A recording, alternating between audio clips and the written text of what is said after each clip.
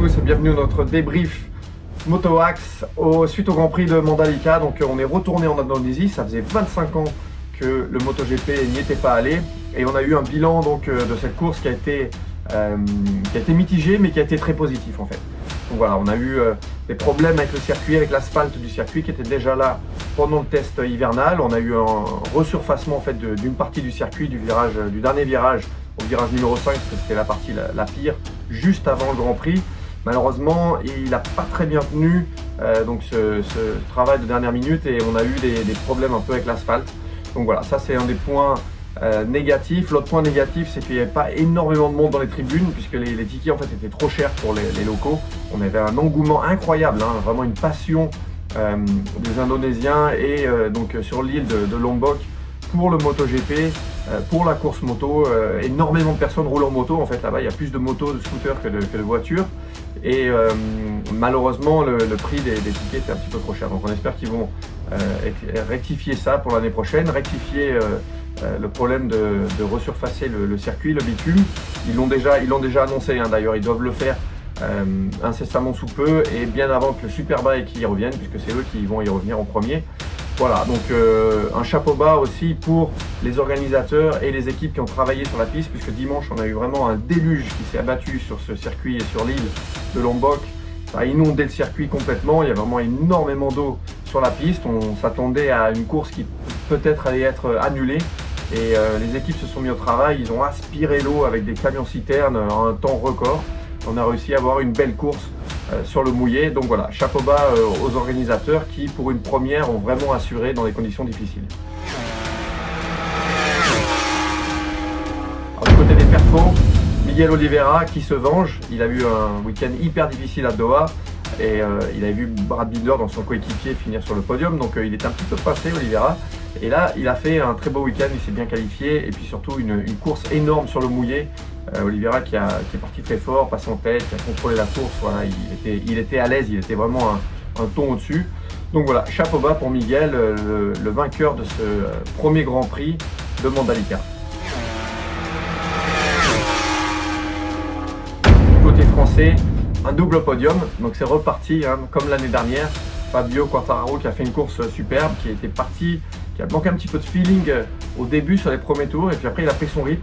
Et il a cassé le record du tour, d'ailleurs on va en reparler de ça puisque les chronos étaient vraiment phénoménaux. Pour lui, dans des conditions disons qui ne favorisent pas sur le papier, ou en tout cas historiquement, il a toujours un petit peu des difficultés sous la pluie. Là les difficultés il n'y en a plus, parce que là il a vraiment roulé hyper vite, il fait le meilleur tour en course, 1 minute 38 alors que les chronos sur le sexe qu'on attendait étaient 1 minute 33, donc 5 secondes moins vite que les chronos de sexe, c'est incroyable. Donc une piste avec énormément de grippe sur le mouillé, et un Fabio Quartararo qui maintenant n'a plus peur de l'eau. Alors maintenant aussi, notre deuxième français, Johan Zarco, donc deuxième français sur le podium, 3e place et une course fabuleuse. Alors Johan, c'était pour moi, quand j'ai vu les conditions, c'était mon favori pour la course. Je pensais qu'il allait aller la remporter puisqu'il est toujours très à l'aise avec sa Ducati sur le mouillé. Mais un podium bien mérité pour Johan qui est toujours dans la course hein, au championnat. Comme beaucoup de pilotes hein, d'ailleurs, le championnat est très serré puisqu'en fait personne n'a dominé ces deux premières courses. Donc voilà, le championnat est complètement ouvert et une superbe performance de nos deux Français.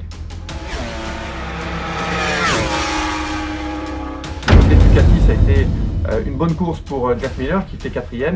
Et par contre après, encore une fois, un désastre pour Jorge Martin qui de nouveau, comme au Qatar, ne marque pas de points. Alors au Qatar, c'était pas de sa faute, hein, il s'était fait emmener par Pecco Bagnaia, le pilote Ducati officiel. Là par contre il perd l'avant dans le premier virage, bon une erreur facile à faire, il y a une petite rivière et il s'est laissé surprendre. Du côté de Bagnaia, là ça a été un week-end très difficile encore. Voilà, lui chute à Doha, il marque 1 point ici à Lombok, donc un début de championnat désastre hein, pour Pecco Bagnaia qui était vraiment le favori en fait pour ce début de championnat puisqu'il a fini le championnat l'année dernière en dominant, en faisant 5 poles d'affilée, en étant vraiment un petit peu au-dessus du lot hein, tout le temps. Donc là, c'est décevant pour lui. Il n'arrive pas trop à se faire à cette nouvelle Ducati et va falloir qu'il rectifie le tir rapidement hein, puisqu'on voit des hommes comme Fabio Quartararo, comme Johan Zarco, comme Brad Binder, Miguel Oliveira qui sont vraiment très en forme. Un point sur les Honda Honda. Alors les Honda, elles ont vraiment galéré depuis en fait le début du week-end. Alors c'était un petit peu surprenant parce qu'elles étaient très bien placées avec Pol Espargaro, le meilleur chrono sur les tests hivernaux. Et là ils arrivent ici, ils galèrent. Donc la raison c'est les pneus en fait, puisque Michelin, suite à des difficultés avec les températures très élevées de la piste pendant les tests hivernaux, Michelin est arrivé sur ce week-end de Grand Prix avec des enveloppes différentes. La gomme était la même, mais en fait c'est des carcasses différentes qui résistent mieux à la chaleur et qui donnaient un feeling très différent aux pilotes. Alors ça a convenu à certains pilotes plus ou moins, ça a convenu surtout à certains constructeurs plus ou moins, et ça n'a pas convenu du tout au Honda, ni au Suzuki d'ailleurs, qui était en difficulté hein, sur le sec. Et donc du côté Honda, ça a été un désastre. Marc Marquez surtout, qui lui a chuté lourdement à multiples reprises. Et il a chuté vraiment très lourdement au warm-up. Je suis sûr que vous avez tous vu cette chute énorme. Un high side au virage numéro 7. Il est monté à 3 mètres de haut, le pauvre. Heureusement, il n'y a pas de grosses blessures.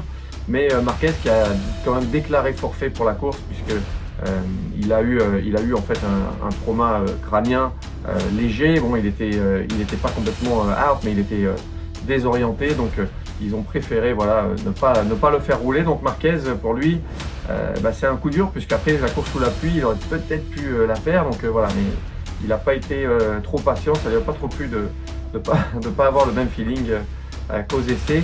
Et malheureusement, voilà, des chutes pour lui. Heureusement, par contre, sans grosse blessure. Enfin, un petit point sur Suzuki aussi. Suzuki qui avait fait des très bons tests hivernaux, très bon rythme de course. Malheureusement, Suzuki, on n'a pas été non plus trop content par rapport aux pneus arrière. En fait, ça n'a pas convenu à notre machine. Donc voilà, comme Honda, on était en difficulté sur le sec, surtout Johan Mir d'ailleurs. Alex était un petit peu mieux. Donc on était content de voir la pluie. Et pour Suzuki, ça a été encore une fois une course solide, sans erreur pour Johan Mir et Alex Rins, qui sont toujours là au championnat et qui